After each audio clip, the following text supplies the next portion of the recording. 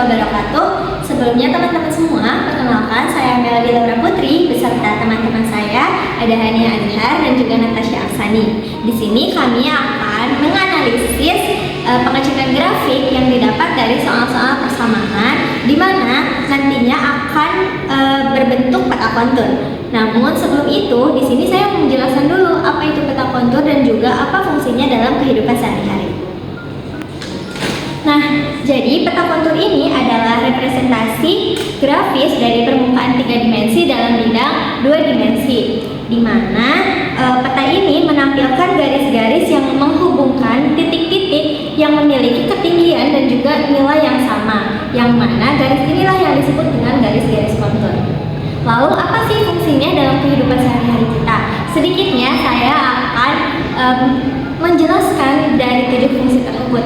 Yang pertama itu ada visualisasi topografi. Dia ini menggambarkan bentuk permukaan bumi seperti bukit, lembah, dan juga daratan. Lalu yang kedua ada analisis elevasi, di mana dia ini memudahkan pembacaan ketinggian suatu area tanpa perlu mengukur langsung ke lapangan. Yang ketiga, perancangan atau perencanaan, di mana dia ini membantu dalam perancangan konstruksi, tata guna lahan, dan juga kegiatan lainnya yang memerlukan pemahaman tentang penggunaan lahan. Lalu yang keempat ada navigasi, di mana navigasi ini dibutuhkan entah untuk pendaki atau juga pelaut yang menggunakan medan yang tidak rata. Lalu yang kelima ada studi hidrologi, biasanya digunakan untuk mengecek aliran air dan sejenisnya. Lalu yang keenam ada analisis kemiringan, di mana biasanya digunakan pada bidang geologi dan juga pertanian untuk mengukur kemiringan pada pegunungan dan juga perbukitan. Lalu ada yang terakhir, yang ketujuh, yaitu visualisasi data lain selain topografi, digunakan untuk mengukur suhu dan juga tekanan atau juga kepadatan populasi. Nah, setelah kita mengetahui fungsi dari peta kontur ini, yuk kita simak bahasan dari teman-teman kita mengenai analisis dari peta kontur yang terdapat pada soal-soal. Halo, sekarang aku mau jelasin soal nomor 1 dengan persamaan Z sama dengan akar 36 min 9x kuadrat min 4y kuadrat. Nah, itu tuh didapetin dan menggambarkan sebuah parabolit elips terbalik seperti makhluk yang berbalik dengan puncak di titik tertinggi. Peta konturnya menunjukkan bagaimana ketinggian permukaan berubah pada bidang x. Dengan kurva ketinggian untuk z sama dengan 0 membentuk elips terbesar dengan sumbu mayor sepanjang sumbu y yaitu panjangnya 6 dan sumbu minornya sepanjang sumbu x yaitu panjangnya 4. Semakin besar si nilai z, semakin kecil juga ukuran elips dengan membentuk serangkaian elips konsentris. Semua elips memiliki pusat di titik 0,0. Jika kita bayangkan persamaan ini membentuk sebuah bukit dengan puncak bukitnya berada di titik 0,0,6.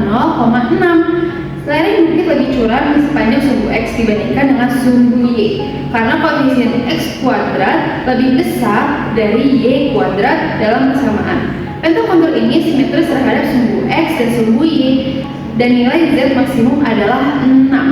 Kurva untuk z lebih besar dari 6 tidak ada karena berada di luar domain fungsi. Untuk soal yang nomor 2 dihasilkan dari persamaan z sama dengan akar x kuadrat ditambah y kuadrat. Untuk nilai k-nya sendiri yaitu 0, 1, 2, 3, dan 4. Menggambarkan bentuk permukaan 3 dimensi yang unik dan menarik. Persamaan ini mewakili sebuah kerucut atau gunung dengan puncak di titik 0,0. Nah, peta konturnya ini menampilkan serangkaian lingkaran konsentris dengan lingkaran terkecil di tengah yaitu K sama dengan 0 dan lingkaran semakin besar ke arah luar. Setiap lingkaran ini mewakili ketinggian tertentu yang didefinisikan oleh nilai konstan atau lambangnya yang kita ketahui yaitu K. Jarak antar lingkaran ini semakin rapat mendekati pusat, mengindikasikan kemiringan lereng semakin curam dan mendekati puncak. Nah, untuk kesimpulan dari soal pertama dan kedua yaitu peta kontur ini adalah alat yang efektif untuk memvisualisasikan bentuk permukaan 3 dimensi dengan menggunakan garis-garis kontur yang mewakili ketinggian yang sama. Kemudian yang kedua, Persamaan yang digunakan untuk mendefinisikan permukaan menentukan bentuk peta konturnya.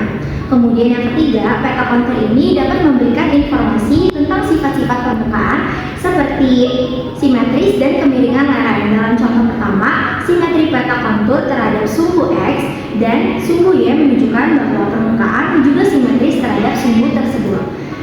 Kepadatan garis kontur menunjukkan kemiringan lereng dengan garis yang lebih rapat menunjukkan lereng yang lebih curam. Dan yang terakhir, peta kontur ini memiliki aplikasi yang luas dalam berbagai bidang seperti geografi, topografi, dan ilmu komputer. Mereka membantu kita memahami bentuk permukaan bumi, merencanakan rute, dan bahkan memodelkan objek 3 dimensi dengan komputer.